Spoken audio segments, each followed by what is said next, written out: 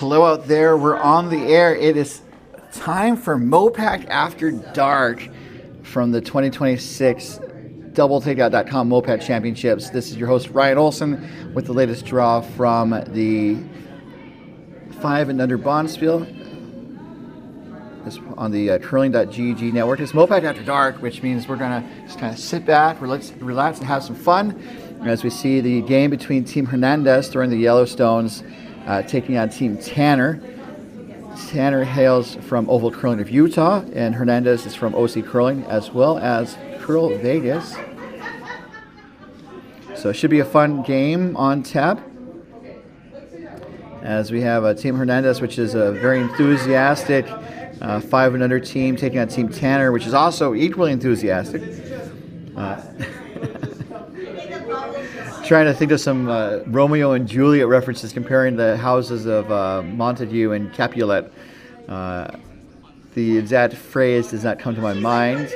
And so part of MoPac After Dark is trying to think of what that phrase could be. As we have Rots in play here on our feature sheet. We have only 2 games in action this draw as we continue pool play here at the 5 and under. So the other game is available on sheet 1 on the CurlVegas YouTube channel. We're going to see 4 non-blondes from Coyotes taking on Team Duncan, which is also from Coyotes. So it's a Coyotes dogfight on sheet 1.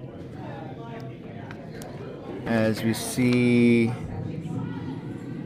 Alec Mitchell get set for his next rock. We are playing pool play, as I mentioned before.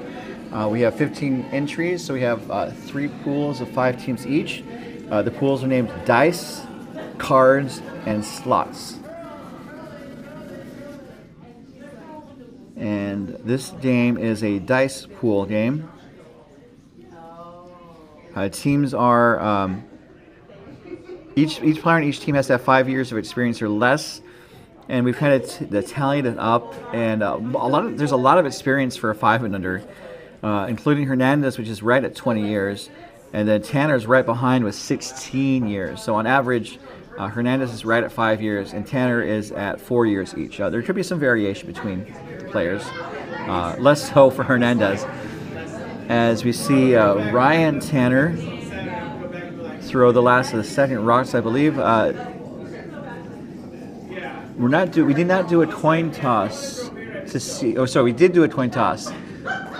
We used to do the lowest, the team with the least experience gets to go with a hammer and go last.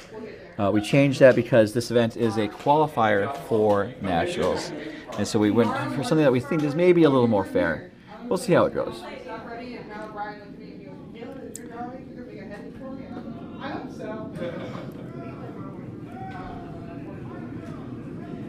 So next rock coming for Hernandez. This is going for takeout weight. It's going to flash, unfortunately.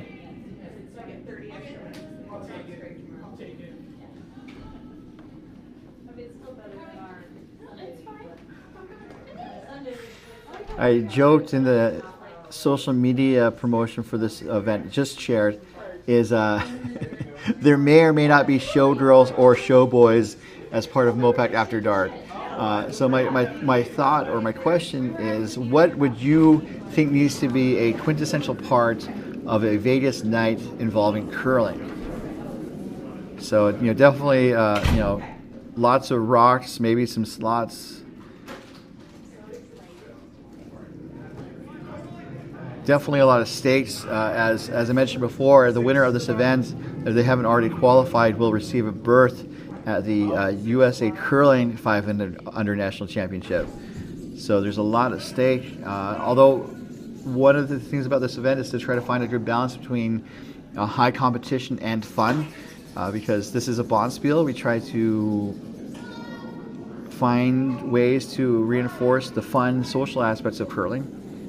It's been kind of tricky to find the right balance, but I think we do okay. We can always do a better job.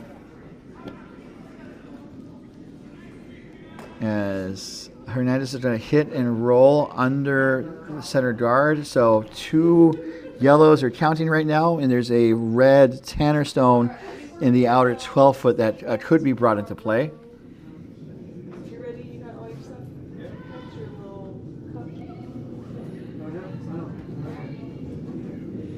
The weather has just been absolutely gorgeous. I thought it was overcast earlier, and it may have been overcast, but it was not as dark outside as I thought it might have been. And the reason why is because they have tinted windows in the ice house. And so I was like, oh man, it's really dark outside. And it's because the windows are tinted or polarized to, I think, minimize the heat penetration into the building, which is totally awesome. But it looked darker outside than it was. So it's like, it was nice to go outside and realize, like, oh man, the skies are not as gray as I thought.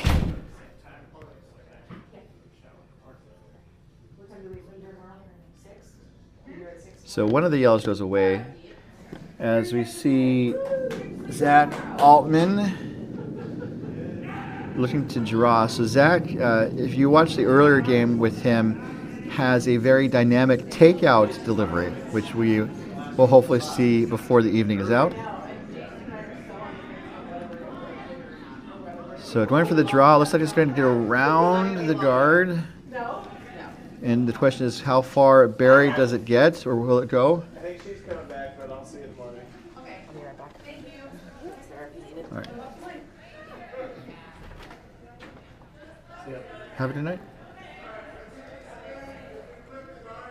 So looking for a takeout. That draw looks like kind of poked out the other side.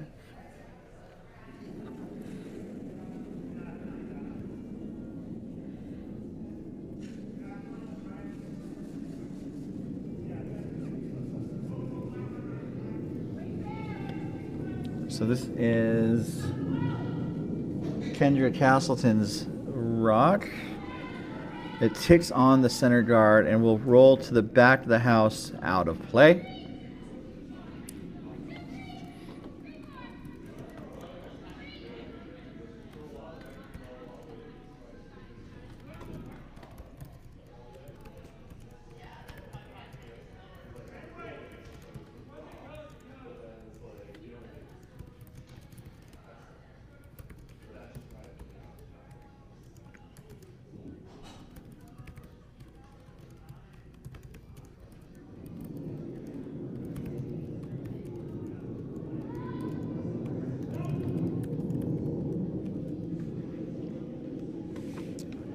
So next rock is coming. We're to the skip stones as we have David Hernandez pushing out of the hack with his first without the hammer here in this first end.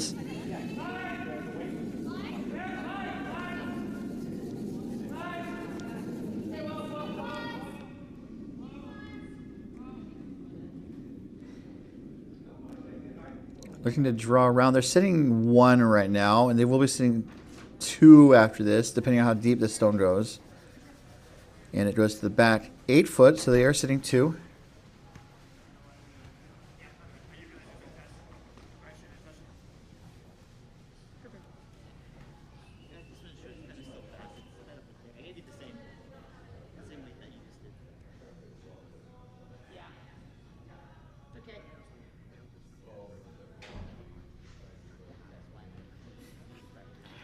I was thinking that for a Vegas-themed MoPac After Dark, we could do show. Well, I said show drills, show boys. Also, I could do an Elvis impersonation, but I don't think you want to hear it to the point where if I stopped doing it, you would say, thank you very much. That was not my Elvis impersonation, but I will not bust it out in the first end. As we have Paul Tanner delivering his first stone, facing 3, looking to draw on top of the yellow that's in the back 8 foot to outcount at least one of the yellows. Maybe get buried, maybe be shot, depending on where the stone ends up.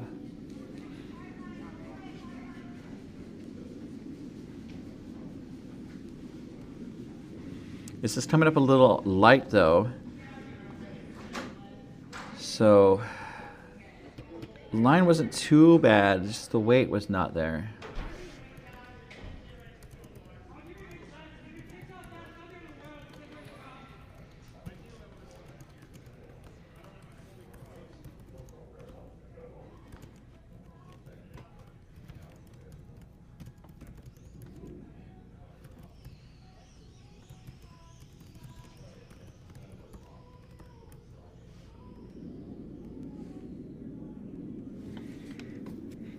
So we have David's last rock heading down the way.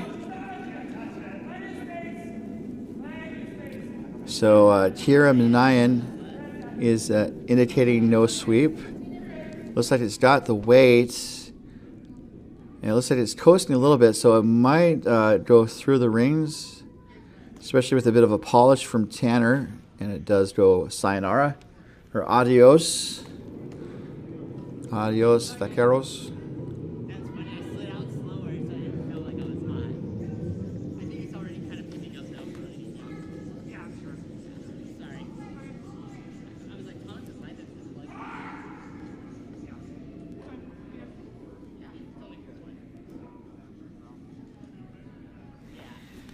I've never, I say this, I don't think I've ever seen a showgirl, and I've never seen a show boy, at least in that context. So I don't know if I'm missing anything. One thing I know I'm not missing is that the hotel I'm staying at, and I try to find economic hotels, so I'm staying next to UNLV. And it's like right next door to a shopping center that has basically like a food munchie's dream. You know, they have a White Castle, they have a 24-hour Mexican restaurant, a Sbarro. Oh, this is going to be a little heavy. Oh, that's the last rock to the end. And so I'll continue my my food reference in just a moment. But focusing on the important stuff beyond my food reference, Hernandez stole 2 points to open up the scoring here at MoPac After Dark to take a 2-0 lead. Tanners will have the hammer again when they continue with the second end of our game. And as we are about to get started with the next end, just a huge thanks to our sponsors of this event, including doubletakeout.com, featuring a unique ranking system for the top men's, women's, and mixed doubles curling teams from around the world. Check it out at doubletakeout.com. And by our broadcast sponsor, curling.gg. Curling.gg is a proud sponsor of the Canadian mixed doubles team, Brett Gallant and Jocelyn Peterman. And also by Endgame Curling. Elevate your game with Endgame Curling. Learn more at endgamecurling.com.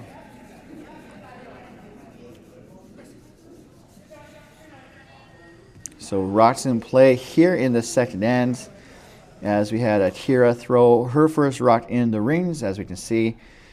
So we have Paul setting up the broom. He looks to be a little cold on the ice. Oh, and let's see here. This is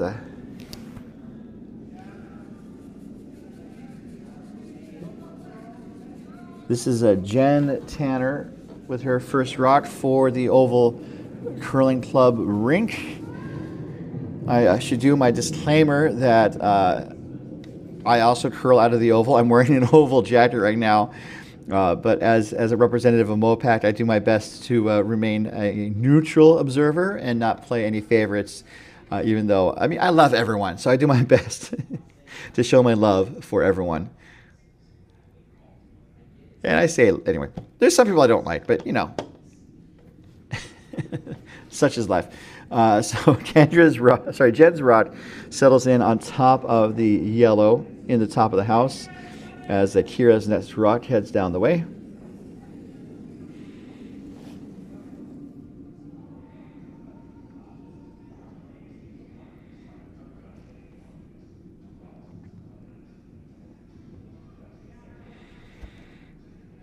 And this is going to be a draw into the rings.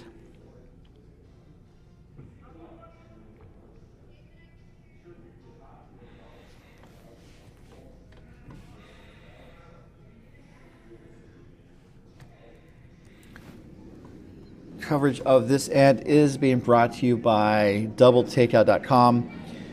Throughout the competitive curling season, proprietor Ken Pomeroy updates the site with the latest stats and results, creating a unique stat and ranking system for the top men's, women's, and mixed doubles teams from around the world.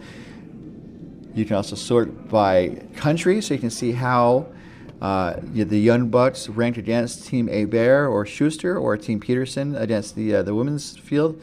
And that rock will flash, unfortunately. So Hernandez is back to sitting 2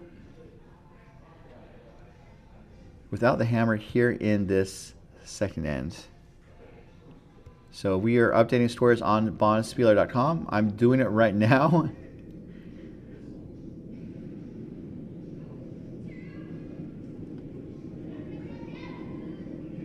We also have the double takeout balloons, and we'll keep an eye on who gets the double takeout and update that when we can. On sheet 1, we have a Team Duncan being forced. Actually, no, they converted the hammer. They scored 2 in the first end. So Team 4 non-blondes will have the hammer at the start of the second end here. And I hope I got that right. I haven't done a Bond Spieler update in a while. All right, so looking at our feature game.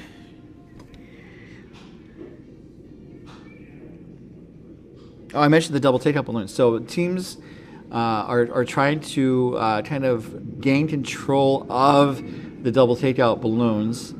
Because if you're holding onto those double takeout balloons at the end of the draw, you win a round of beverages for your team and for a bonus team. So it's kind of one of the ways to try to find a fun feature for the game. Oh, that was a nice hit by Ryan to open things up.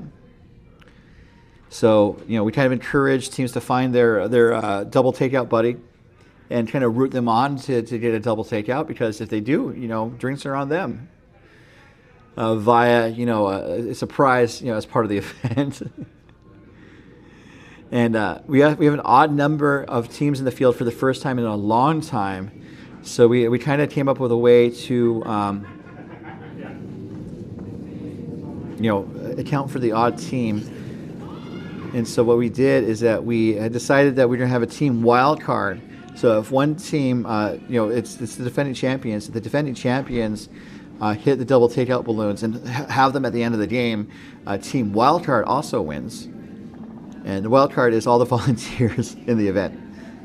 And so the volunteers have been kind of cheering on Orange Coyote or to try to get the double takeout balloons. So things have opened up, a marked difference from the first end where play was very much centered around the center of the sheet. And so it does give some opportunities for Tanner to maybe draw in or draw under or do a takeout. I do like the takeout, although that yellow in the back 4 seems to be shot right now. As Ryan gets set to deliver his last rock for the peel. Hopefully hit and stick, so maybe not a peel necessarily. Although it's looking kind of peely right now. And it does peel. The shooter goes off the sheet, out of play. So, what would you have at your Vegas curling experience? I do have to say this is probably one of the few places I've seen in Vegas that does not have a slot machine in the building. It's kind of interesting. I stopped at a couple of gas stations, and they all have like a handful of slot machines. And I do have to say it is a very interesting phenomenon that just have slot machines everywhere. They can create slot machines. So maybe we have slot machines. We also have like a Keno card and just have like start calling out Keno numbers. Oh. Zach was not happy with that shot as he ran the yellow onto the red, and the red jammed on the back, so it opened things up. And so we went from having 2 Hernandez yellows to just 1 Hernandez yellow that shot, I believe. As we have a Kendra getting set for her shots. And we can see it's pretty open now. And so the Tanners are going to take advantage of that. Looking for the weight, looking for Hatch. I don't know if that is the right broom for Hatch. And Jen was telling me the league has been off at the Oval since just after Thanksgiving or before Thanksgiving. So we've been off the ice for 2 months. And they're kind of saying that they're kind of a little rusty, and that's understandable. I know some players were able to go get some reps in at a Bonspiel recently, but as a team, they haven't had reps in about 2 months. And obviously that's a little tricky, and so they're trying to get their sea legs back. As Kendra flashed, unfortunately, and we see Zach's net shot, and this looks like it's going to just kisses that red in the back. And so both teams had a second crack at their target, and so Team Hernandez missed, and we're going to see now if Team Tanner is going to be able to cash in on this opportunity. As Kendra Castleton gets set for her last in this end. I thought about coming up with a theme song for MoPac After Dark. I've been asked to not come up with a theme song for MoPac After Dark. So in eager defiance of the powers that be, here is my theme song for... There's no theme song for MoPac After Dark. Although the chorus is, it's MoPac After Dark. That's all I've got.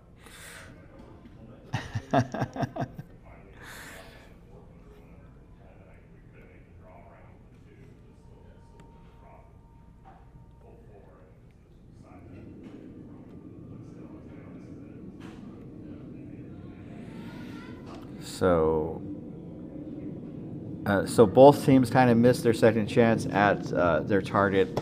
So we're going to see if David Hernandez can do better.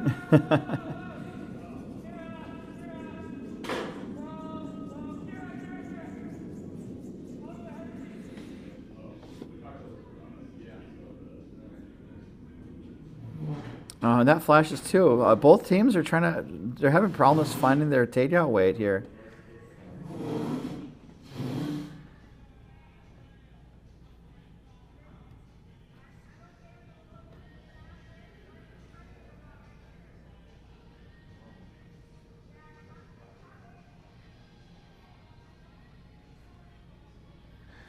So interesting situation, and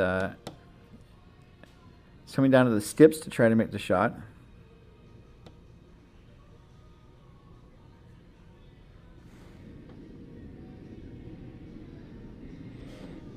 As Paul Tanner makes his way down the ice, exchanging fist pumps with his front end. It's good to have kind of a good team spirit amongst your teammates, much like Penn and Teller, especially because you know how mouthy Teller can be at times.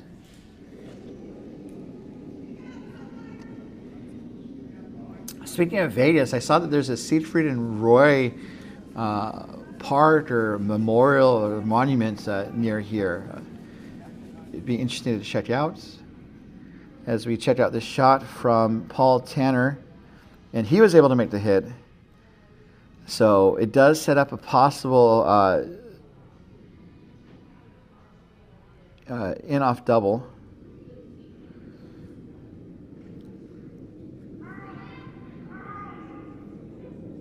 That's where the broom is down for, the in-off double.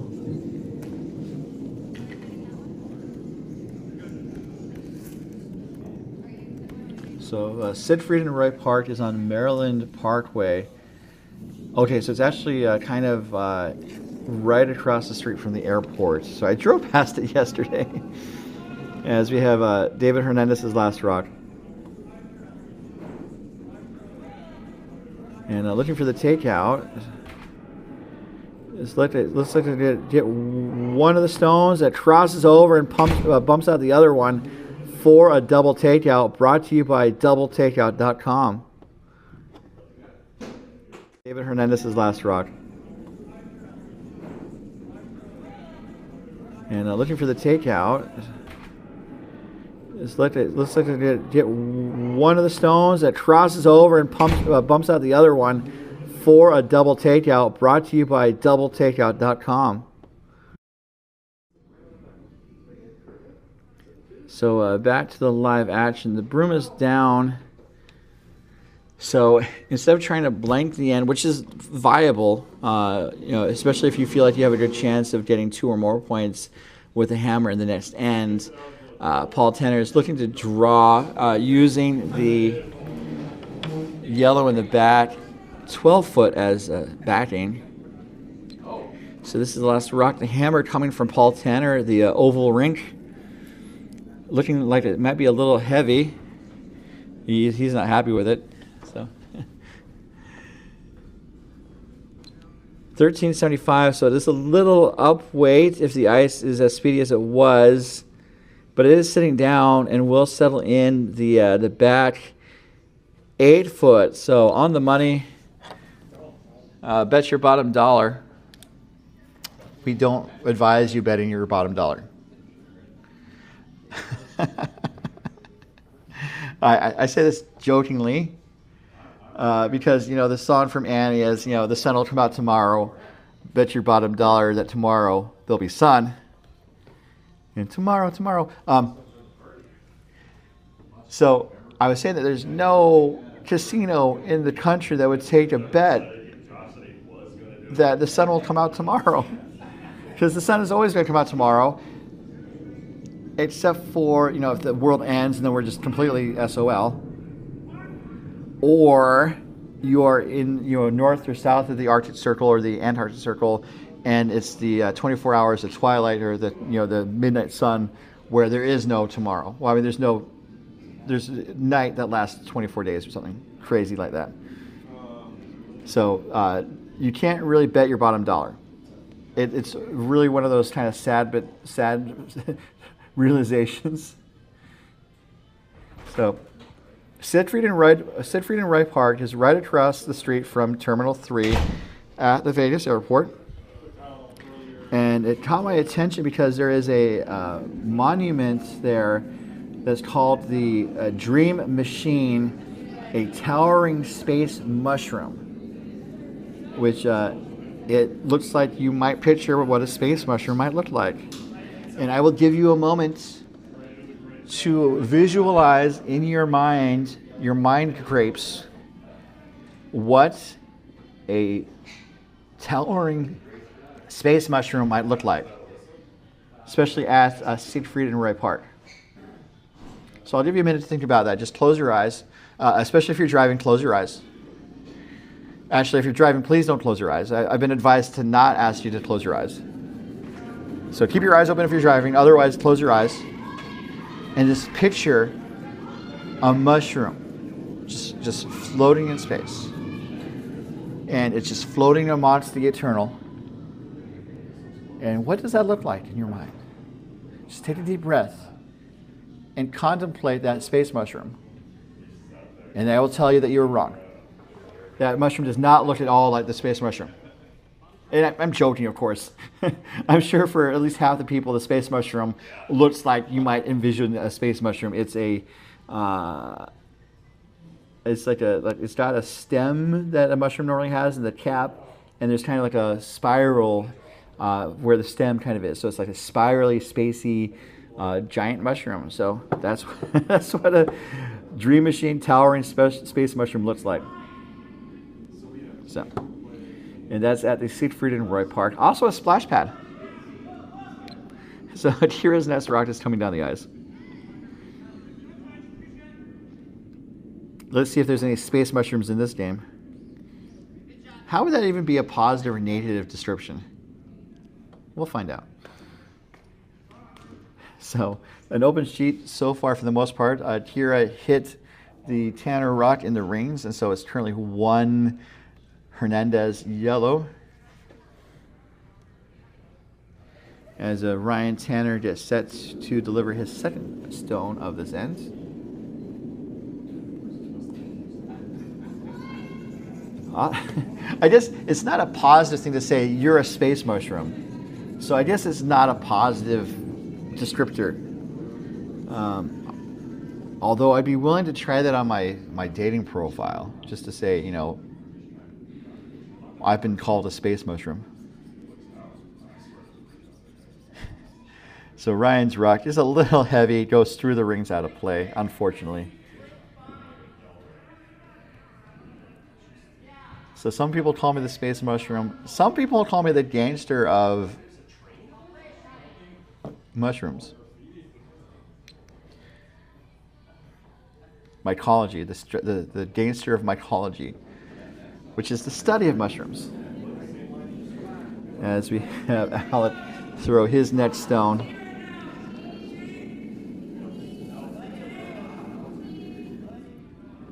Coverage of this end is being brought to you by curling.gg. Curling.gg is growing fast and has partnered with Jamie Sinclair of the Curl Up with Jamie channel to bring more curling insights to fans everywhere. And that Curl Up with Jamie channel is on YouTube. It's highly recommended, especially as we're instructors and teachers. We try to find ways to make curling concepts easy to understand and replicable as a practice or training technique. And so Curl Up with Jamie has been pretty good in that regard. So Ryan Tanner's next rock. Oh, so I was talking about food earlier. So this is kind of a munchie's dream. Trying to think of a better word to describe someone who has the munchies, but here we are. It has a White Castle, it has a Mexican restaurant, a Subway, a Sbarro, a new Bojangles, a smoothie place, some other places I'm forgetting, a teriyaki place, a liquor store, and then of course a marijuana dispensary. And so that's all right next door to the place I'm staying. And I might go get some food tonight, but I will not be going to the dispensary or the liquor store because we have an early start in the morning. Oh. So Alex, second stone, is headed down the way. Alex stood up and then kind of lost the handle on his broom, and so it fell to the ice.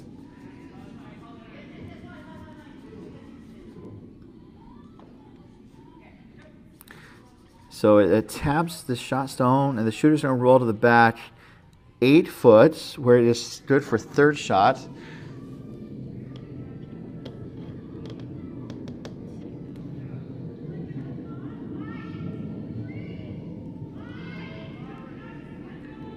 So I don't know. I don't know if people would be interested in going to the State Freedom Ride Park. It looks kind of interesting.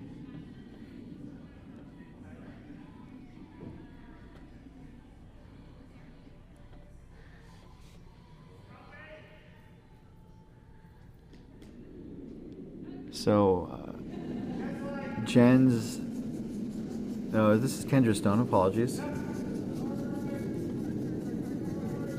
Looking to take out at least one of these Hernandez stones. The broom looks like it's a little wide, and it does flash. So I guess, I don't know if she had the right handle or she was just a little outside on her release. So, unfortunately, it does leave Team Tanner chasing Hernandez here in this third end as we are continuing to celebrate MoPac After Dark in Vegas. We can also replace everything in neon just to try to make the most Vegas-y MoPac After Dark ever. So I was thinking like Elvis impersonators, showgirls and showboys, neon lights, like a $2.50 shrimp cocktail. And this will age me, but like dollar well drinks. And I don't think there's been dollar well drinks in Vegas forever.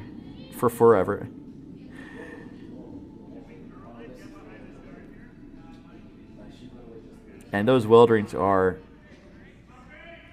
they're definitely not using the highest quality liqueur out there. Oh, I had a margarita just before this game, which may or may not be influencing how I broadcast this game. It's not.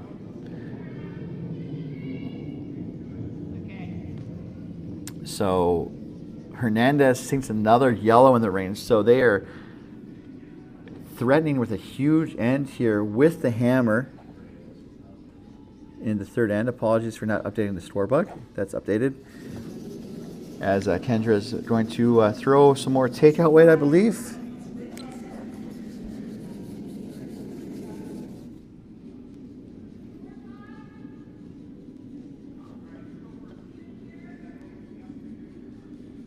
And this rock is more of a draw weight. It's trying to raise the red to the shot stone, kiss it back just ever so slightly.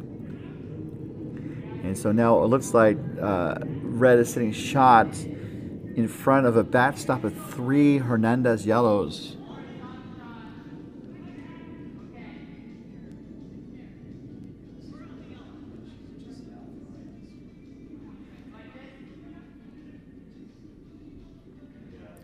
So we have 3 pools. I think I mentioned before. We have 3 pools of 5 each. So everyone's getting 4 games in pool play, and then the top 8 teams will make it to the semifinals or the quarterfinals on Sunday for Championship Sunday. So it's been really good that we've been able to get, I think, a decent number of games for players, because I know there's some years where I've been at this event and I was 3 and out, and it's like, oh man, this is really fun, and like, we're done, it's over, Saturday afternoon. It's like, oh man, I was just starting to have fun.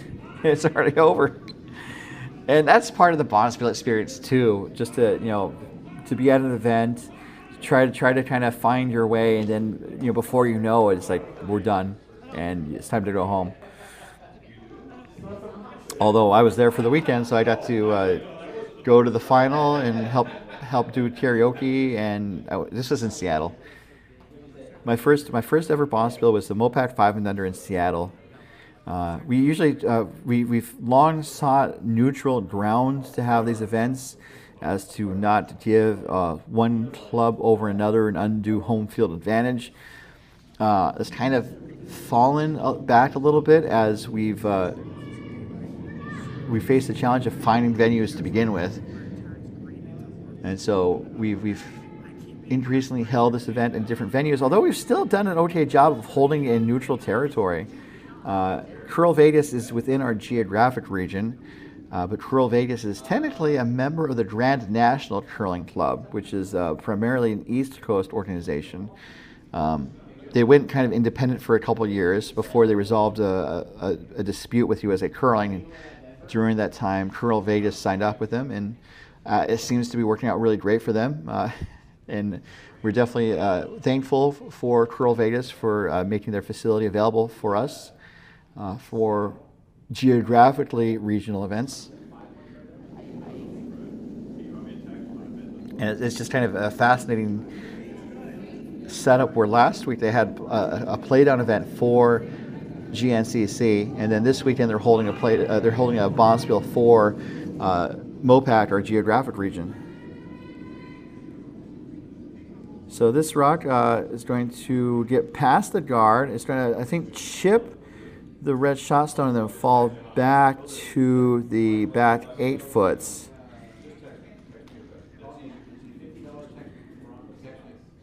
So curious about who's shot right now.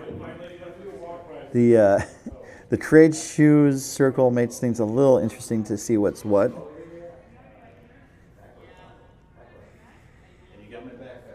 I think it's red on the right, but I could be wrong. So updating the score on sheet 1 with the other game on the ice. Team Duncan scored 2 with the hammer in the first end, and Team 4 non-blondes responded with a 2 spot of their own with the hammer in the second end. So after 2, the score is tied on sheet A 2-all. As we have David Hernandez's last rock. Is this his last rock? No. He has one more after this. Calling hard for a sweep, it sounds like. That's Zach. This is on the guard, perhaps. Oh, goodness. They could get a little lucky or not. Unfortunately, unlucky. So it hit the inside of the guard and rolled towards the center of the house, but it ended up kind of jamming on those yellows on the left side and pushed them further back. So red could be sitting 2 right now. This could be a pretty solid opportunity for Team Tanner, down 2-1 here in this third end.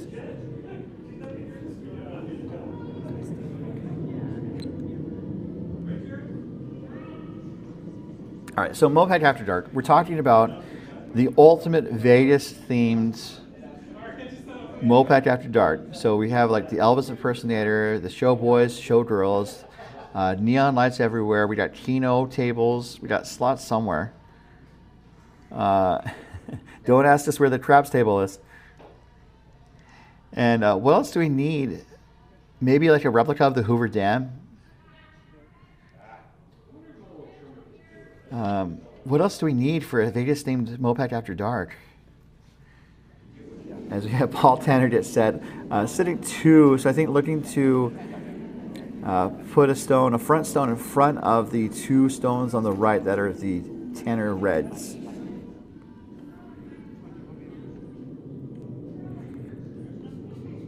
And this is a little heavy, so it might actually kind of hit and maybe roll under. Maybe look for a plan B here, just given based on the weight. Oh no. So it missed the shot red on the right, but it hit the back red and pushed that further back. So I think if Hernandez gets rid of the red on the right, they could be scoring 2 or more perhaps.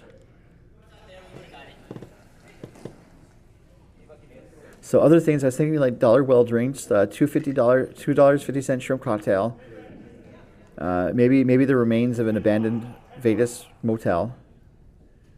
That giant solar tower that's off I-15 in between Vegas and California. So this is the last rock. Big opportunity for Hernandez to score 2 or more, I believe, just to get rid of the red. This is over curling though. So now kind of a dangerous situation. It chips the red back into the pile. And the shooter goes away. So this could be 1 or 2. So easily 1. Now the question is there a second one? They're kicking the stones. So I think we're good for 2. We'll see what score they post. But we're going to take a pause in the action, and we'll be right back as we continue with our coverage of the 2026 DoubleTakeout.com MoPac Championships, coming to you from the greater Las Vegas metropolitan area.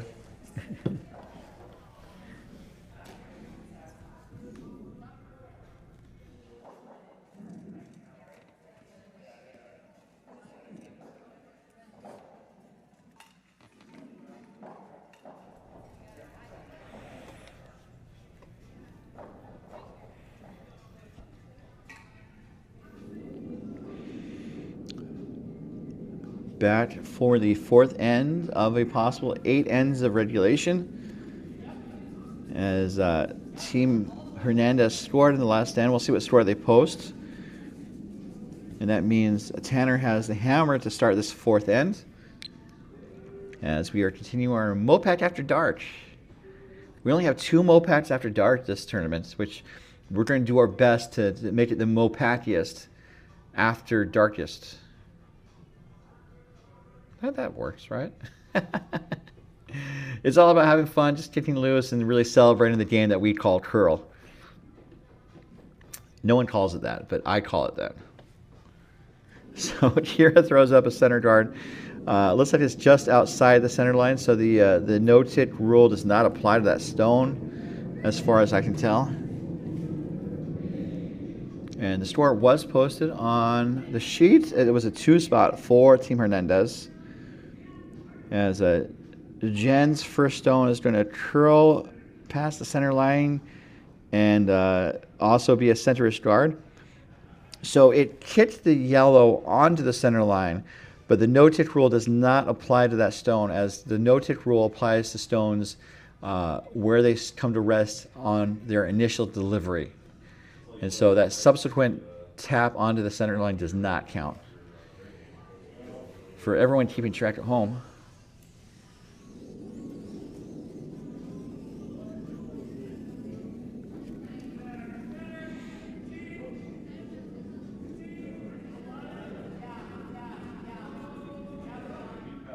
So Kira's next rock is headed down the ice. We have like an F1 car here at our the most Vegas-y MoPac After Dark. What else do we need? We have the Deuce bus line. It's just fun to say. The Vegas monorail, the Sphere. What if every curling stone was like a mini sphere? I mean, they are kind of hemispheres to begin with. I don't quite know if it's the same thing. As we see Jen's next rock underway. The Vegas Golden Knights, the Vegas Aces, the giant hole in the ground where the athletics stadium is being built. It's not really a hole in the ground. It's just a pit. It's not a pit. Her rock is just a smidge on the heavy side. It's going to settle in the bat 12 and stop there. So Vegas, the athletic stadium is where... Oh, I'm trying to remember the hotel that was there. Was it Tropicana? I think it was Tropicana. So across the street from MGM Grand. That's not Excalibur. Or New York, New York. You guys know the block I'm talking about. So they tore down the hotel and they're building the stadium, and kind of the joke for a while was like, are they actually going to build the stadium? And they've made some progress apparently. It's going to be interesting to see what comes to fruition on that site. Excuse me. Also, the air conditioning budget must be stratospheric because it's a dome stadium, and they did pledge to build air conditioning. I like to joke that the owner was so cheap that they, unless they said there's going to be air conditioning, that you could, make a guess that there might not be air conditioning at the stadium that's going to be like 114 degrees outside in the summertime. Because, why not? Actually, that's something that plagued the Texas Rangers Stadium in Arlington before they built the new stadium. They built an outdoor stadium in Arlington that sees most of its use during the summertime, and it's like, oh, it's really hot and muddy. We don't necessarily know if we want to play in this environment or have fans in this environment. So Vegas Vegas could have had a similar situation, but it seems like they have a plan. We will see if that plan comes to fruition, just as we will see if these plans on the ice come to fruition here.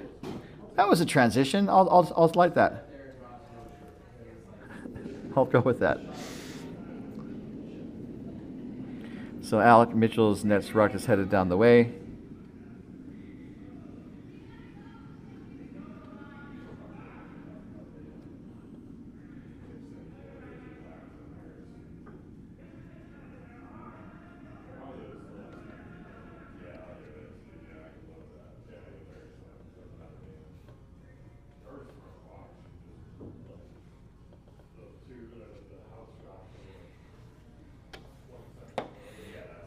That looks like a front stone.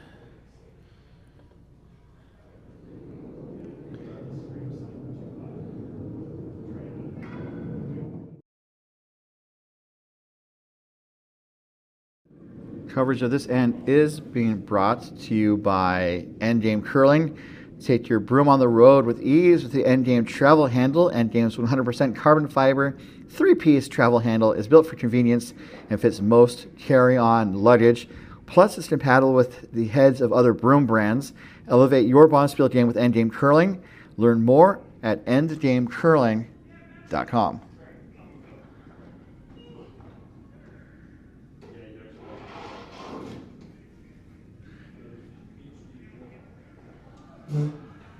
Definitely a huge thanks to our sponsors, helping to enable us to bring great curling from across the region to fans from around the world.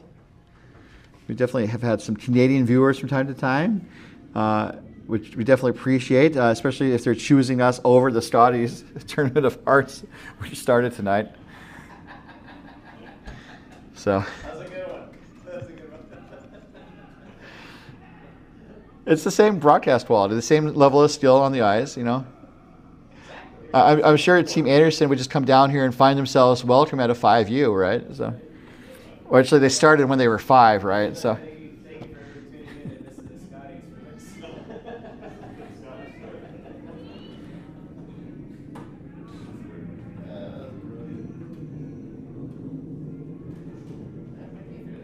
So lots of rots in play and interesting situations developing in the house as Kendra gets set for her first rock to the end.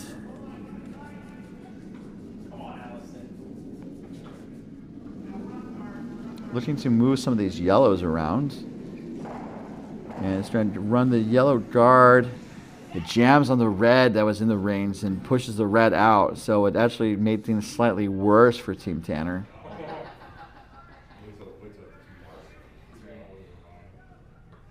On sheet A, Team Duncan scored another 2 spots in the third end with hammer. And so the score right now is 4-2, Team Duncan over 4 non-blondes on sheet A.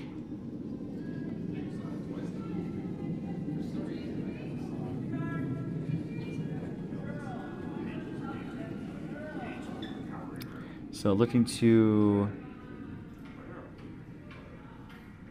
put up a guard, it looks like. Just having some fun with the transitions. You can only do this on MoPac After Dark. You can't do this any other time. Like, here we go, here's a wipe effect. Oh man, it's like freaking Star Wars here. Oh man. You give me some toys and I will definitely have fun with them.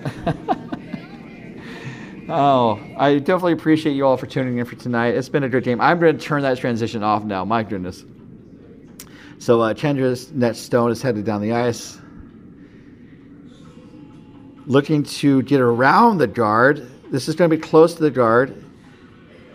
It gets past the guard and runs into the pile at the center of the house. Gets one of the yellows gone. And the shooter's going to roll to the outer left edge of the 12-foot circle.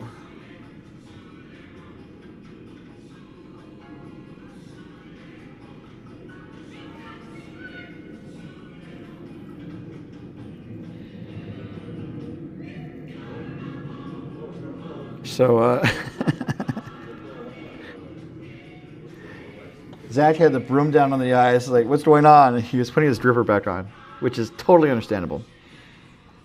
The broom is down for the draw, I believe, as David Hernandez gets set, cleaning the rock. We've had a couple of stones go sideways, and I don't know if they picked or some other odd behavior, but they're definitely doing their best to keep the bottom of the stone clean, as well as the ice surface, to avoid any sort of unfortunate malfunctions. So David's rock is away. This weight is going to be more of a guard weight. It looks like 15:22 is the time. So ice speed has been kind of variable tonight. But that definitely is a tight guard, a 3 guard. So now the question is, what does Team Tanner do to try to get into scoring position? Situation of the house is Hernandez sitting 1-2, Tanner sitting 3-4. So how do they flip the script, as it were? They could use an elaborate heist involving the Bellagio fountains. That's Vegasy. And have some Debussy piano music playing in the background the entire time. It's been so long since I've seen Ocean's 11, but I can picture that last scene in my mind.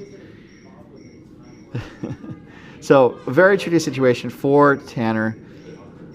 I think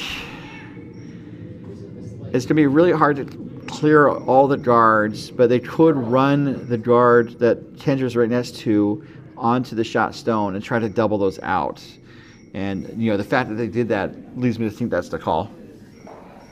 I was thinking they could also try to run the red that's kind of on the outside into the pile. But I don't think that would it'd be a much trickier shot, as Paul's shot is away. It's looking not too shabby. They're trying to push it over a little bit more. It's close. 9:66 is the time. It did hit the yellow onto the outside yellow.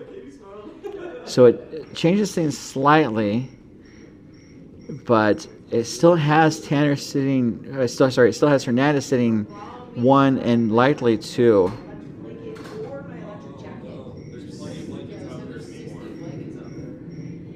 It sounds like a cricket's not loose in the building.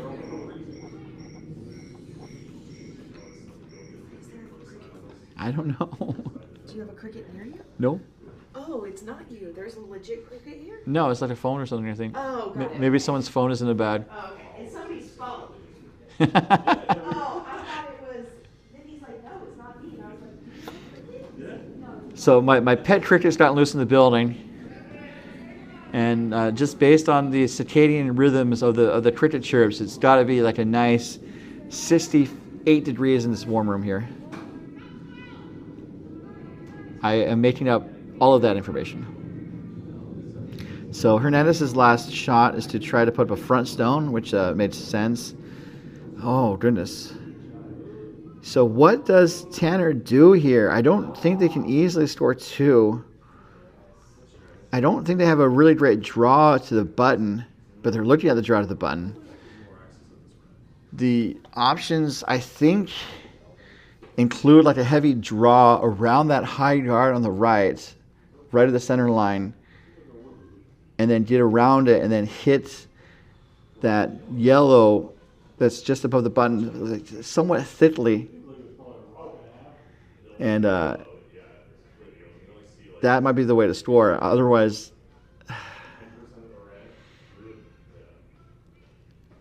there could be a red that's second stone, just kind of based on where the red is relative to the writing in the 12-foot, the Summit Valley stone install. So the yellow stone is higher in the wording than I think the red is relative to each other. So it seems like if they were able to get rid of the shot yellow, they could be scoring 2 if they stick around.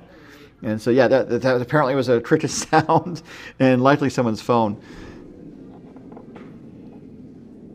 Last rock coming. They're opting to try to double the yellows out. And this, I mean, it's a similar path to what they just threw.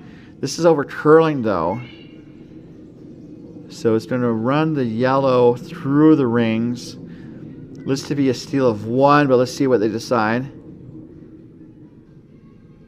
So 1, they're going to take a look at it. And I think they're pretty happy with just 1. We have not had a measure yet this tournament. So that's a fun fact. We've gone an entire day. We've gone through 5 draws, or 4.5 draws, without a measure, which I think is the longest that we've gone.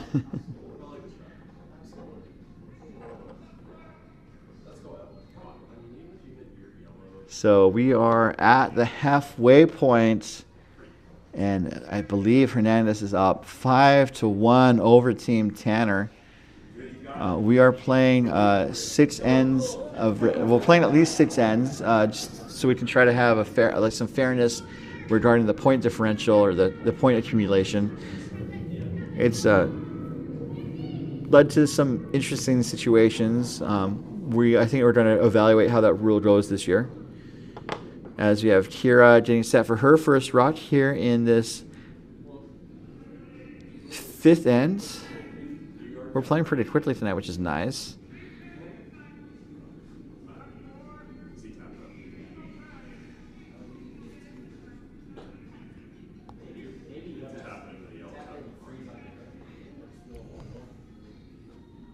And this is going to slip into the rings, I think, as designed, just above the button. That's a great draw there by Kira. As we are in the 5th end of the game, just a huge shout out and thanks to our event sponsors, including our title sponsor, DoubleTakeout.com, featuring rankings and information about the top men's and women's and mixed doubles teams from around the world. DoubleTakeout.com. And by Curling.gg, a proud sponsor of Canada's mixed doubles team, Brett Gallant and Jocelyn Peterman. And by Endgame Curling, Elevate your game with Endgame Curling. Learn more at endgamecurling.com.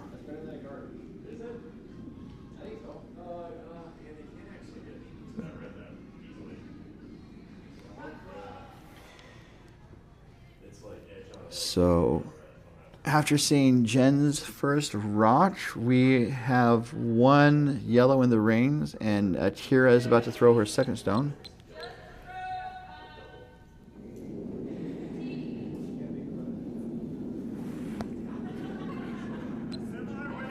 So one thing I don't think we need for a Vegas night is tobacco smoke. I know it's still kind of surprising after 30 years to go to a casino and have just thick cigarette smoke in places. It's definitely interesting to see, especially as I said, like a lot of places went smoke free after the mid-90s, so it's been almost 30 years.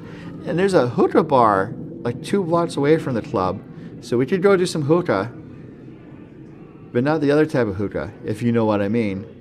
Wink. I don't know what I mean. So Kira puts up a guard. Looks like it might be on the center line, just very much on the center line. As Jen's next rock heads down the way.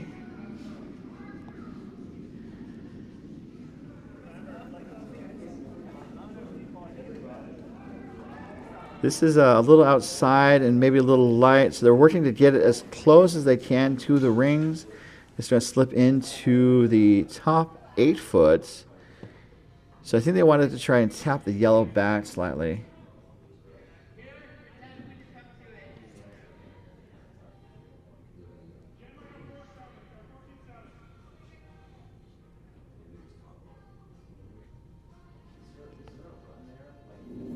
As Alec Mitchell gets set for his next rock.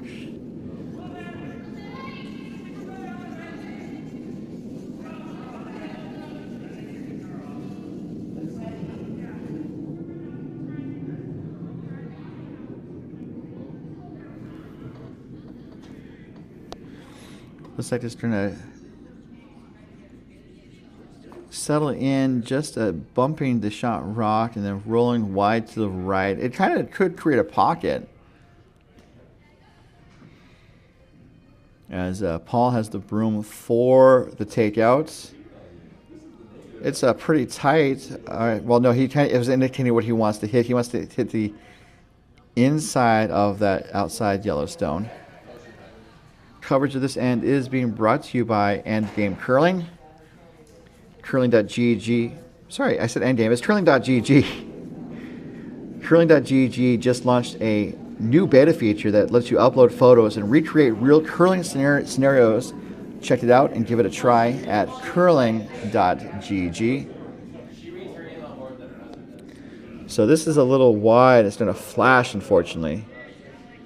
Just like the comic book character that's a known speedster. I think his name is Quicksilver. Yeah, you put Jared put everybody else's email, or put your email for everybody else, although it had theirs. They never had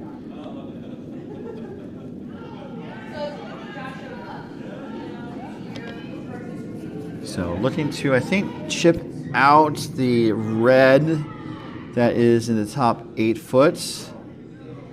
This needs to come over just a little bit more. This is going to be more of a guard weight shot, I believe.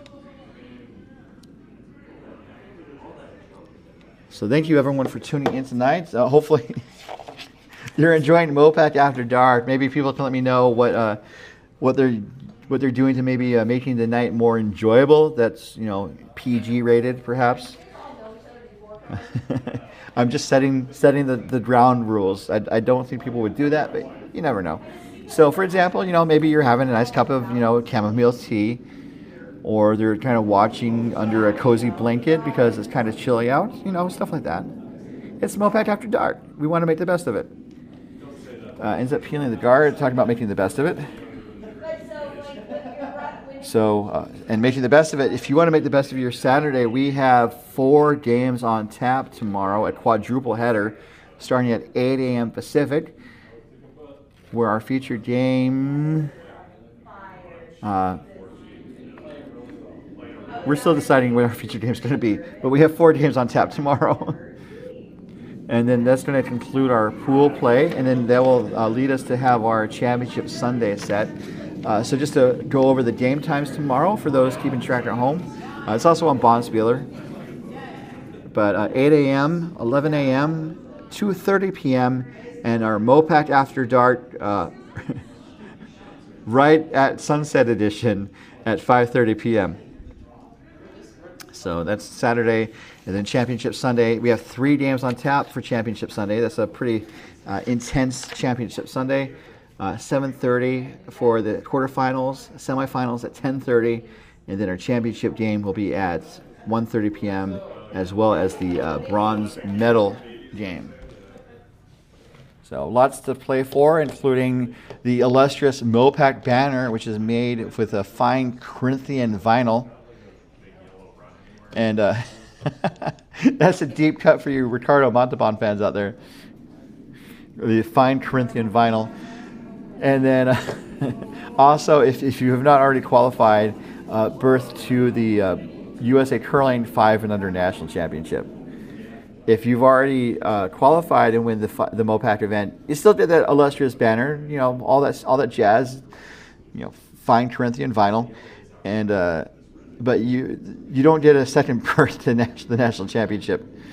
And in fact, the rules are currently set up where if a team's already qualified and they win this event, the berth goes to another event that has the most teams participating. Which, trying to find the right balance, it's a bit of a bummer, but you know, that's just kind of the hate the game, not the player type situation. Which literally, you please don't hate the players that have already qualified and they're in the playoffs.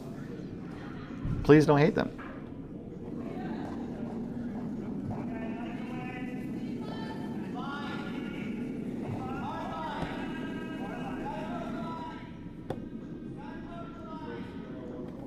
So Zach's net stone headed another way. I don't think we've seen Zach's delivery this game for takeouts. I maybe should pay a little bit more attention to make sure we get one of those on film for this game, because it is, as the kids say, unique. So, kids say the word unique, right? They say a lot of words. Skibidi. And 6'7" for some reason. I'm old, in case you haven't noticed. So anyway, I hope you're enjoying this edition of MoPac After Dark, a proud production of the Mountain Pacific Curling Association. All rights reserved, copyright, blah, blah, blah. Please don't reproduce this without written consent. That's all we're asking. And to give peace a chance. 2 requests. Don't reproduce this without written permission, and give peace a chance. One might be more important than the other. I won't tell you which one it is, but it's the copyright one.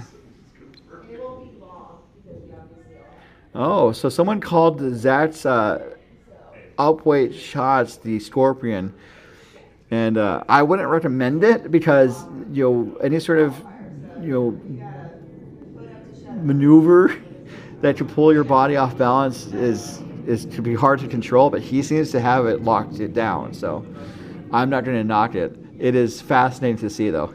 Well, initially when I was like doing it, I sent it to Kim for approval, and she's like, I only had 2 draws on Sunday.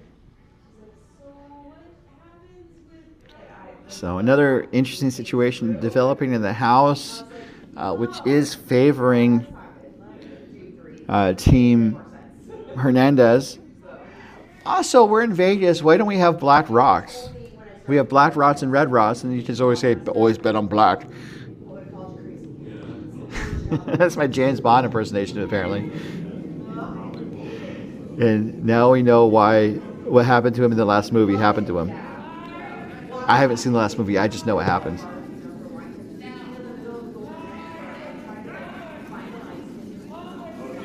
Now I have Adele's Skyfall song stuck in my head. The things we do for MoPac After Dark. 15-20. This is going to be a guard. Hernandez is sitting 2 right now in the house. And I'm sure Tanner's looking for a Skyfall. keep them all saved. That works, right? Like I already It's I don't know.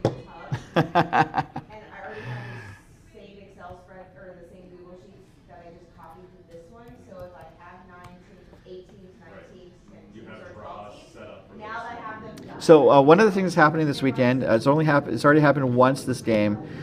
We are not doing tiebreakers for pool play. So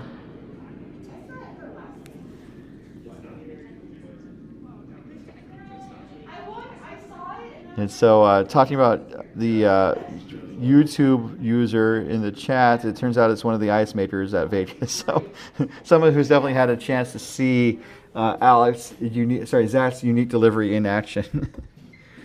So these teams are talking about the setup in the house right now for Team Tanner. This is not an optimal situation for Tanner. They have been chasing this entire game.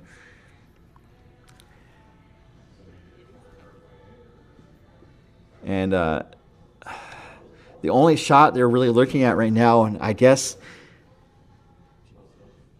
this is likely the best shot, is to do the yellow, yellow, red, yellow run. And so Kendra's going to put the broom. Well, she was looking at that. Now they're going to try the other side. And I don't see the shot there necessarily. Like, it's a long run back perhaps, but it's through a gap. Maybe see some pinball action. This is going to be a tricky shot for Paul Tanner, as we are to skip stones here in the fifth end as part of our extended MoPac After Dark coverage.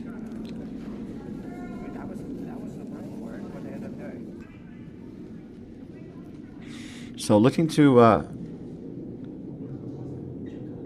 go through the gap. Oh my goodness. It's hard to say if the situation is better after that shot, unfortunately. As the pinball action jostled the stones around, but it looks like Hernandez is sitting 3 now. It did open up the center a little bit, so Hernandez is, I think, looking to close the gap. But you can also see in the foreground, the Team Tanner is just really trying to talk about what to do in the situation, and I'm at a loss too. This is a puzzlement.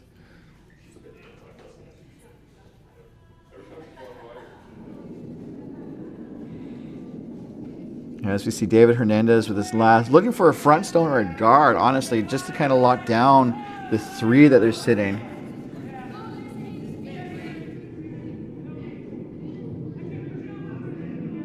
And they wanted to I think, guard the red rays. Okay. So they actually are blocking the yellow-red rays on the left side, which is fine, but I think the long red rays is the shot now. If you're going to do any shot, that's the shot. They can also do the in-off. If there's an in-off, that could favor them. I don't really see it, though.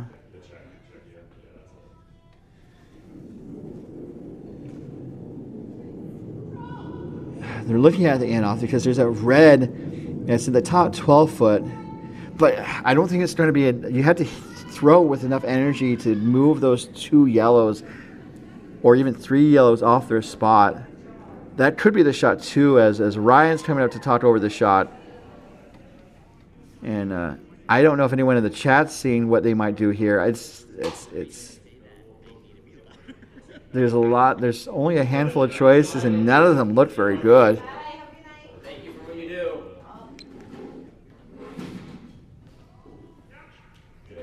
Have a good one. Thank you.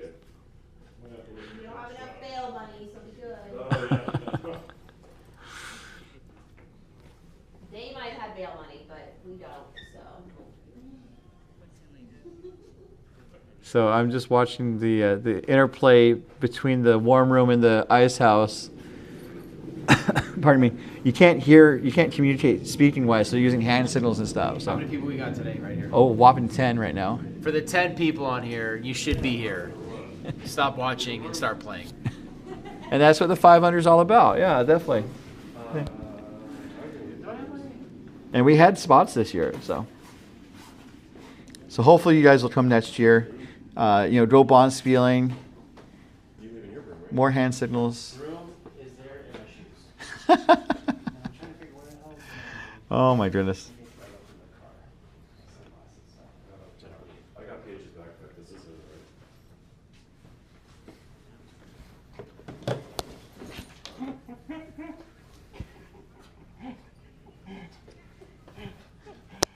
Let's take a photo of that.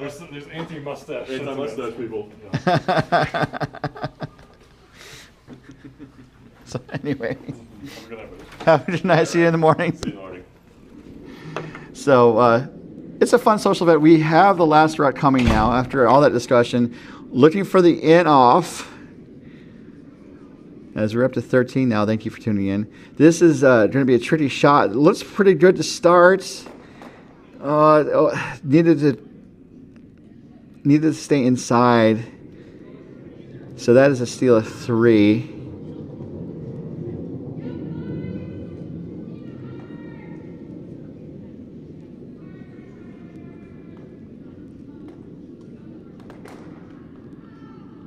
So someone on the chat said they're not eligible for the 5U next year. And also saying that she put in a pool. So the joke I would think of is that you're pool rich, but money poor.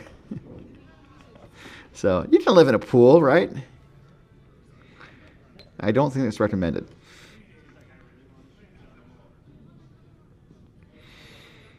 So steal a 3 for Team Hernandez to take an 8-1 lead into the 6th ends. As Kira gets sets.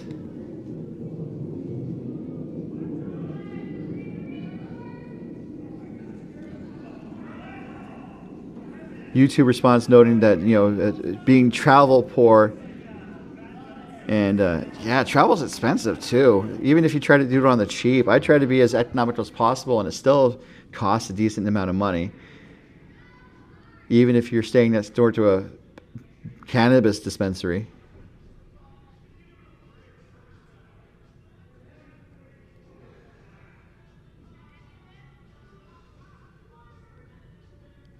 All right, so let's look at the Vegas themed MoPac After Dark another way. As we've had Vegas themes, what Vegas at would you most likely expect to see at a curling event? So, for example, we probably wouldn't see Siegfried and Roy, even at their heyday, they might not be here because the Tigers would probably not react very well to the ice. Maybe Thunder from Down Under, because, we're talking about like rocks and, rock solid stuff. The Blue Man Group, maybe. So, what Vegas ad do you think would show up at a curling event? I'm sure Donny Osmond's available, because why not?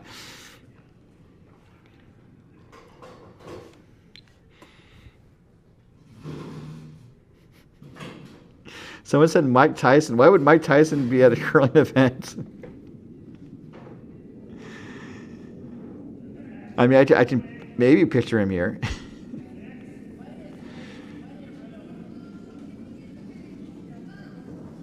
I think Carrot Top would be annoying, but that's almost the default state for Carrot Top. Someone from the club noted that Blue Man Group has been at CurlVegas. That's awesome. Noting that there are a couple members of Blue Man Group that are also members of the club. Ooh, okay. So the punchline of the joke, Mike Tyson could be at a curling club. The kind of the punchline is curling is the only thing he can hit now. So fair.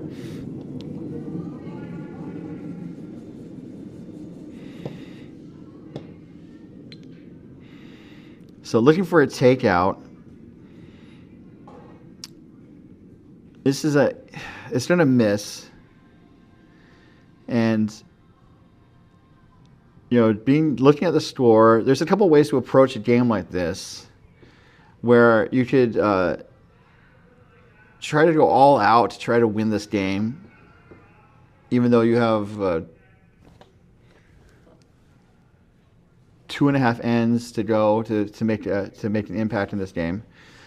Or you could work on things to improve. So like if your takeouts aren't doing very well, you can just say, hey, we're just going to work on our takeouts and just keep practicing, and then hopefully be able to execute the takeouts more effectively throughout the rest of the tournament.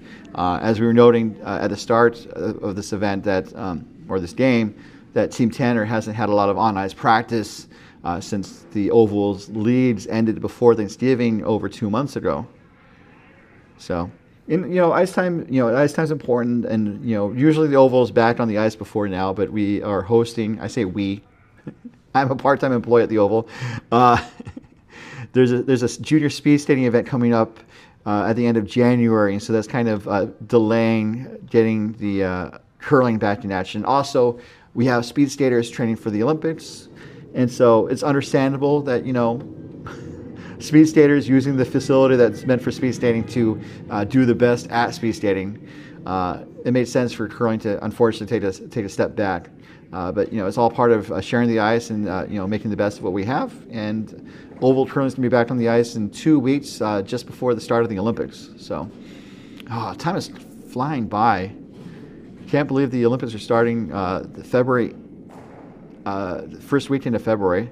So that hit was made by Ryan, showing you what's going on in the house.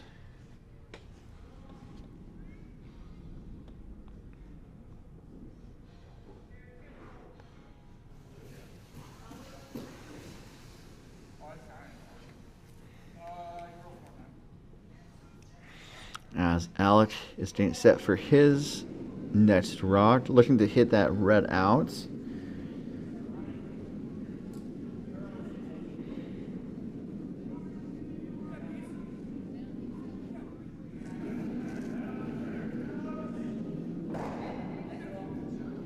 Going to see a hit and a slight roll. So looks like Hernandez is sitting 1 and 3. Tanner has second shot in the back 12 foot, so that could be brought into play at the end of the end, depending on how these rocks go, as Ryan Tanner's next rock heads down the way.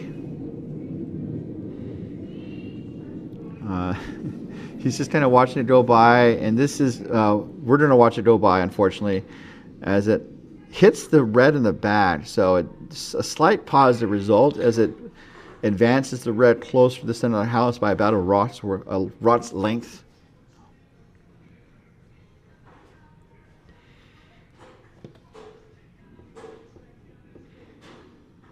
So pop quiz for people watching at home. What's the name of that weird solar installation off of 15? I think I remember the name, so I'm going to Google in a moment. But before I do that, I was wondering if you guys know the name of that installation. It's kind of a solar collector where you have like a circle of solar panels or mirrors that are reflecting sunlight into a tower that melts the salt or molten something to help power a steam generator. And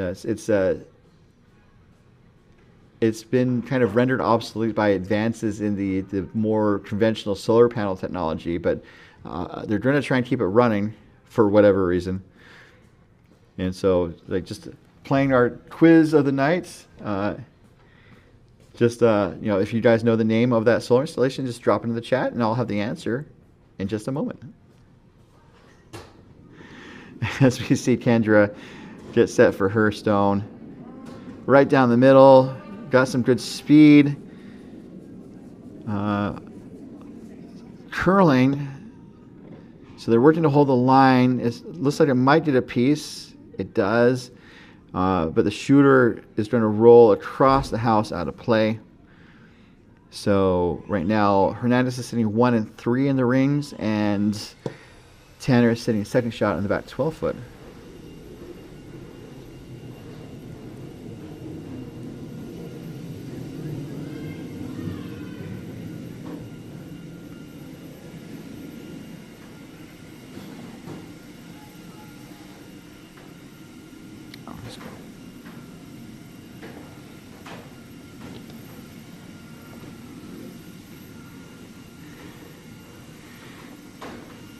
So Zach's next rock.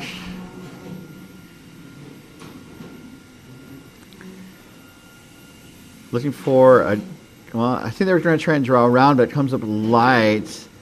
So this is going to be an opportunity for Tanner to put another rock into the rings. They could have tried to be fancy and like hit the shot yellow and roll under, but I think they're just kind of focusing on fundamentals and just going to try and draw in. I want to make sure they have the right line though. That could be a little tight because it's looking like 2.5 feet to the guards.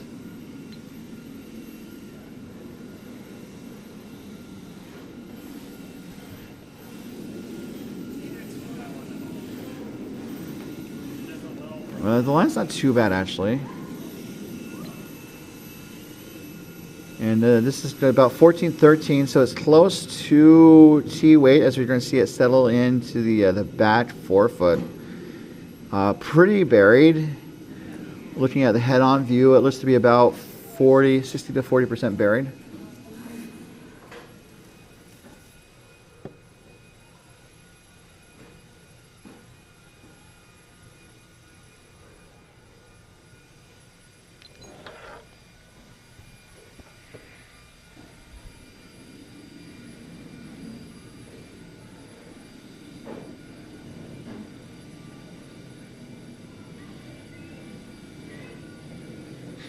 So right now, Tanner's sitting 1 and 2. Hernandez is sitting 2 and 4.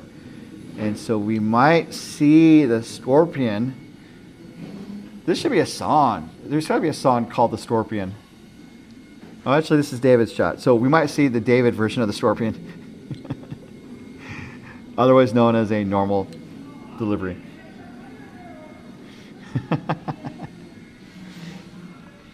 Hope you guys are enjoying MoPac After Dark. We have another chapter in the illustrious MoPac After Dark history coming up tomorrow night at 5:30 p.m. as part of our Saturday quadruple header of games. The fun starts at 8 a.m., continues at 11 a.m., and our afternoon draws are at 2:30 and 5:30 p.m. Check your local listings for more details. So that draw, I think David wanted to draw on top of the shot stone, ends up kind of ending up right next to it. So I think that Paul's going to throw a takeout weight. This is tricky though because I think he wants to roll a little to the sides to not set up an easy double.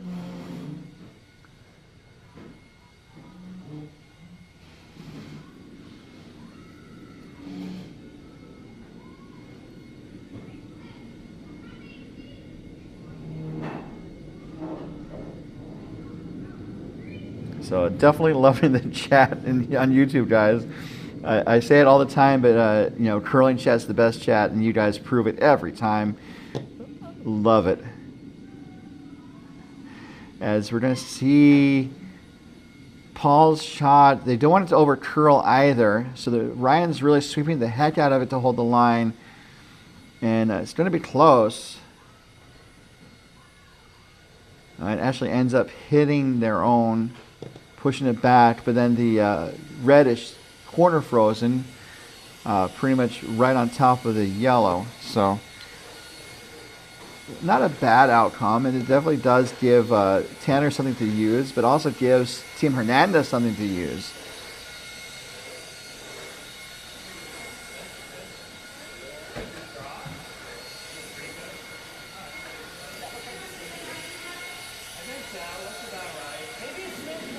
As David is getting set for his last, looking for a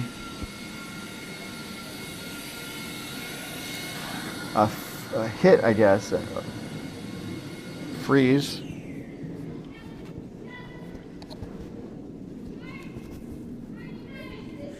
All right, David's shot is away.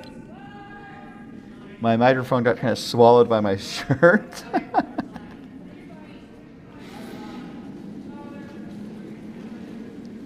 And this is going to be more of a freeze, which makes a lot of sense as long as it doesn't over curl, and that seems to be what's happening. It might come back as it whips on the guard, and that does seem to be something that happened.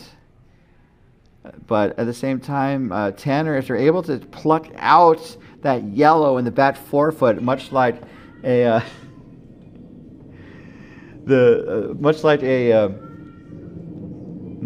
president plucking the FIFA Peace Prize out of a box. That's topical, and that's my one political joke of the weekend. So, like a president plucking the Peace Prize out of a box. That's all I'm going to do this weekend.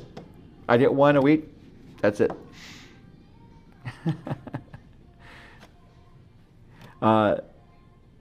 Someone was noticing kind of the vacuum noise. Actually, it was not the Roomba. It was someone actually vacuuming, which is appreciated to help keep the club clean. But, you know, I guess it was picked up by the mic. So hopefully it wasn't too distracting for those at home. So the broom is down.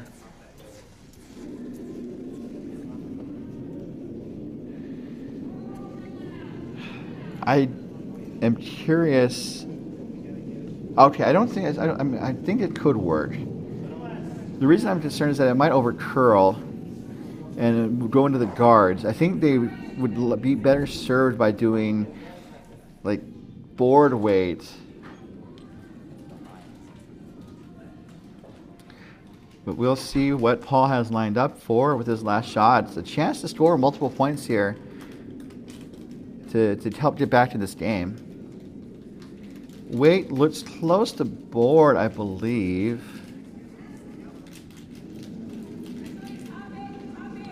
This is floating, so it was close. So it deflected off of red and promoted the red, or deflected off something, and the red kind of went towards the pile. But it looks like it's just a single point for Team Tanner.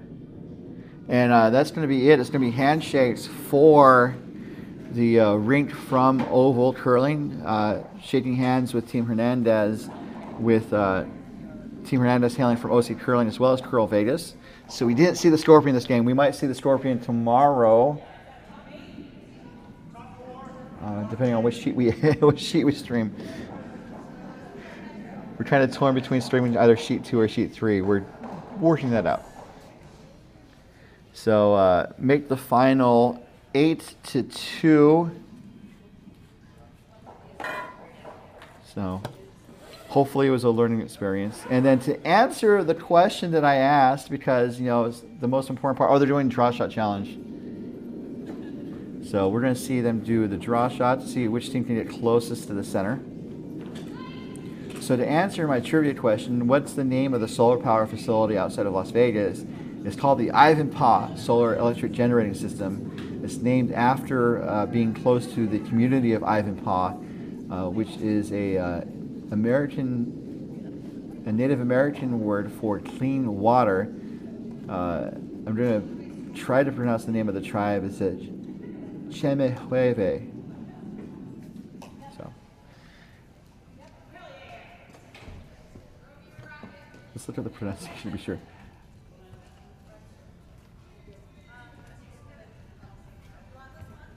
So it's one of the branches of the Ute Aztecan language family, apparently.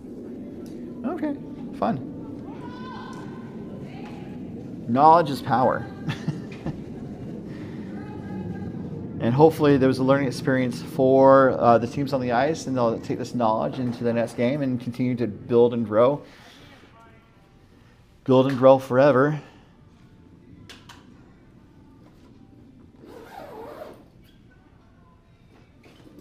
As Ryan Tanner delivers the stone. Looking to draw the center of the sheet with the draw shot. This is as a potential tiebreaker for both pool ranking and also a playoff ranking. Weight's just a little heavy. Ryan's a little frustrated. He threw his hat to the ground, it looks like, or just took his hat off and tossed it. It wasn't like an angry throw. That goes through the house out of play, unfortunately. And then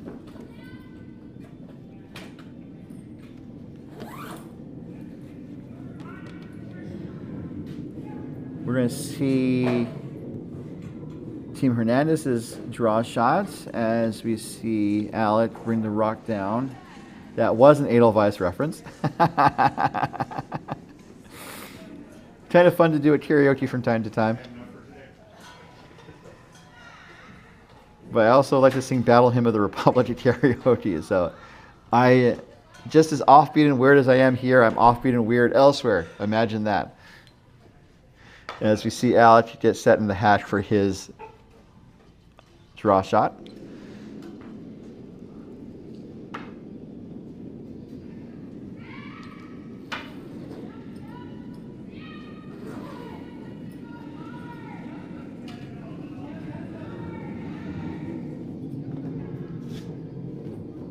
This one looks a little light, but it might get to the top of the rings.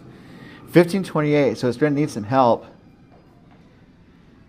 It's going to reach the rings now. How far is it going to get? It's 8 foot, the 4 foot, and it looks like it's going to bite the edge of the button.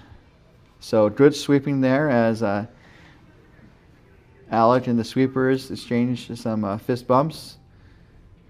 As Katie Feldman, one of the ICE officials, and also the head of our 5 and under committee, does the measurements. I think this might be the last one that we'll see because teams only do 2 last zone draws. There might be one more that hasn't done it. I think we're good though. So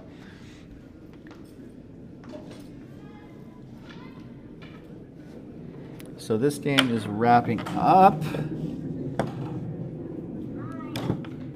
So let's maybe go around the rings. There's only one other game in progress. So gonna bust out our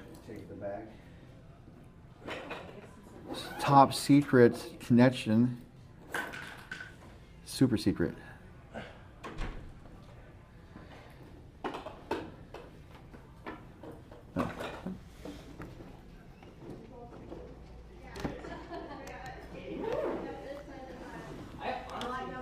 No. All right. And if you'd like a drink, we're okay. All right. But yeah, if it happens so late, we'd love to visit you guys. See See you tomorrow sometime. 1 second.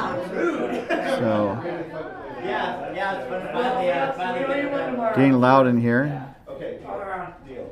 We got you. I have to leave that early. That's real. Yeah, sorry for anything that happened. Late to early sucks. We've all been there. I've had those. No, let's do Well, the I same. mean, there were, yeah, a couple of, well, some people have back-to-backs in the day. So you guys at least have a back-to-back. But yeah, with like 12 hours in between, so 11 hours. Yeah. 1 moment, folks. Almost done. You know what though? We went very fast. You guys want to stay here for a minute? Something fall, or was that just the front of You it? can have one here if you want. So is it still in you? Hang out with the guy. Okay, so turning our attention to sheet A. Okay, so it's just a magnet of like a square around it? Oh. This is the CurlVegas feed. You can see that Team Duncan is playing with the Red Rocks, and they're up 10-2 over 4 non-blondes. This is a coyote dog fight between Team Duncan and 4 non-blondes. I'm honestly good on the hot tub tonight. I'd rather just save for tomorrow, I think. And looks like we are to the last stones of the end. Here in the 6th end here. Teams are playing a minimum of 6 ends.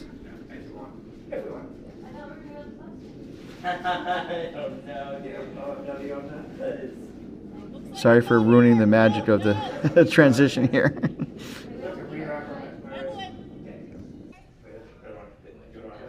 So, jumping ahead in the action. Right now, the situation in the house is Dunton is sitting 2. There is a 4 non-blondes yellow in the back 8 foot. And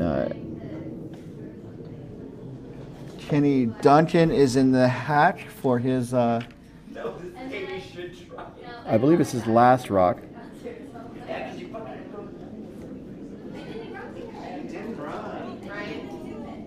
She's training for a half. Double takeout.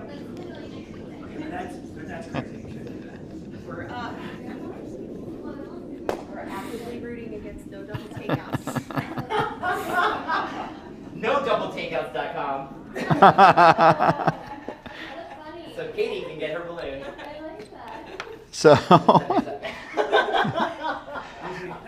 So we had the double takeout balloon, but Katie pointed out no one has won the double takeout balloon this game. So it's possible we could go an entire game without a double takeout. And so we have an odd number of teams, and so we set one team to if they win the double takeout balloons. So the the team wildcard will share their bounty, which is all the volunteers of the event. And if no one gets the double takeout balloons, we said like the house wins, quote unquote the house wins. And that means that the volunteers will look around, and we'll make sure that Orange Coyote is around as well. As we're about to see the final rock for, I think it's the final rock for Team 4 Non-Blondes. This is Allison Hawkins.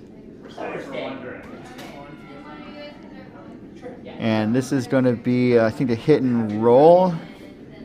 Oh, it's just a draw. Let's not make it fancy. The water right now is warm, so did you say you want warm water? Hot water? Oh. Okay, yeah. This is a draw. That makes more sense. Needs to sit down. It looks a little hot. It's going to park right on the lid. So that's good for 1. And so Team 4 Non-Blondes will take a single point. They're down 10-3 with 2 ends to go, but they are shaking hands. So that will help end our coverage, although we do have the draw shot to come.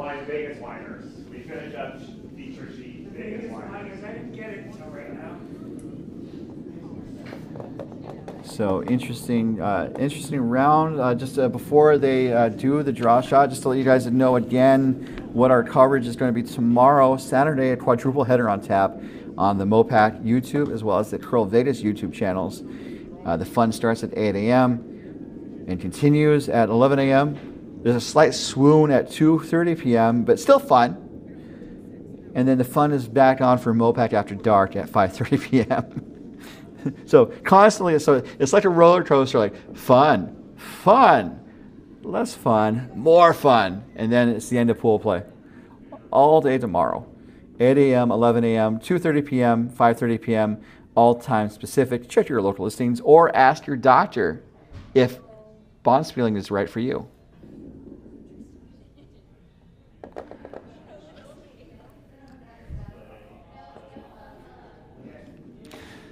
$15 out of 10 dentist degree. Curling is awesome.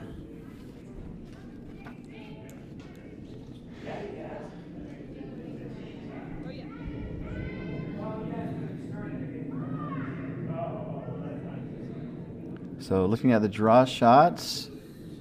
Do you need to go out there for draw shot? Oh, is that the draw shot? Yeah.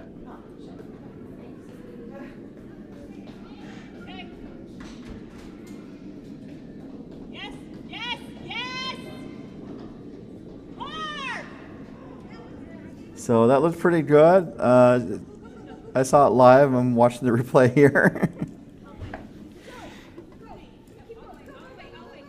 Looking for obviously the button, but it might get to the top 4 foot, and it does. As we have Katie Feldman, the head of our 5 and Under committee, dash out onto the ice.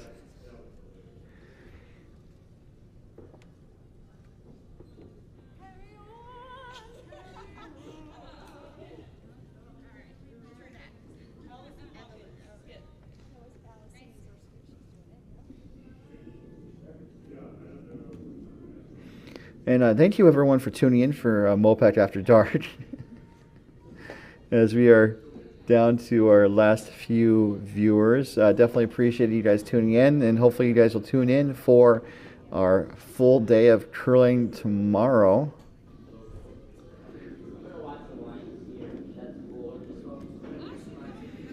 So one measure down, and we have Team Duncan get set for their delivery. I think this is...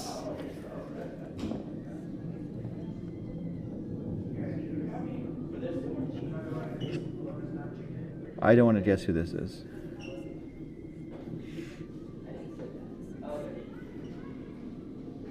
I think this is Alyssa.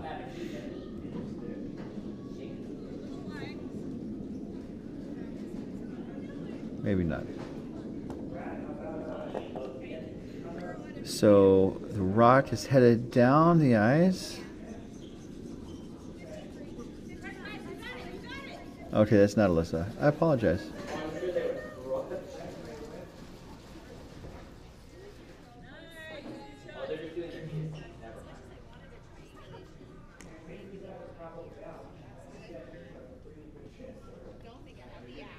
So Katie is going to pop out for the measure. And that was just a little closer to the center. They're not going against each other for this. They are going kind of against the entire pool and then also against the entire field, as draw shot is used as a tiebreaker for both pool rankings and the ultimate overall rankings to determine which 8 teams will advance to Sunday's quarterfinals. So that will wrap up our coverage of this draw. As we shift back to our feature sheet, just to have something on the screen.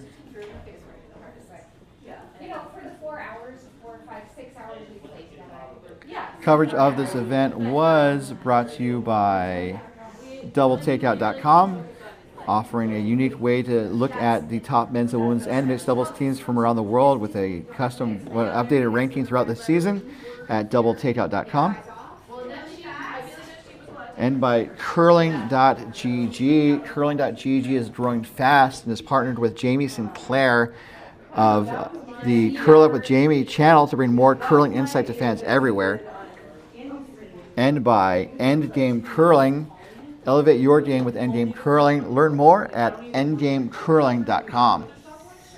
So at the end of this draw, we saw 2 convincing wins, and we will see how this will shape the playoffs when we have our coverage tomorrow starting at 8 a.m. Pacific time. Until then, we do hope you'll join us. Well, we do hope you'll join us then, but until then, on behalf of all of us here at MoPac and CurlVegas, and with deep thanks to our sponsors, this has been your host, Ryan Olson, saying good night and good curling.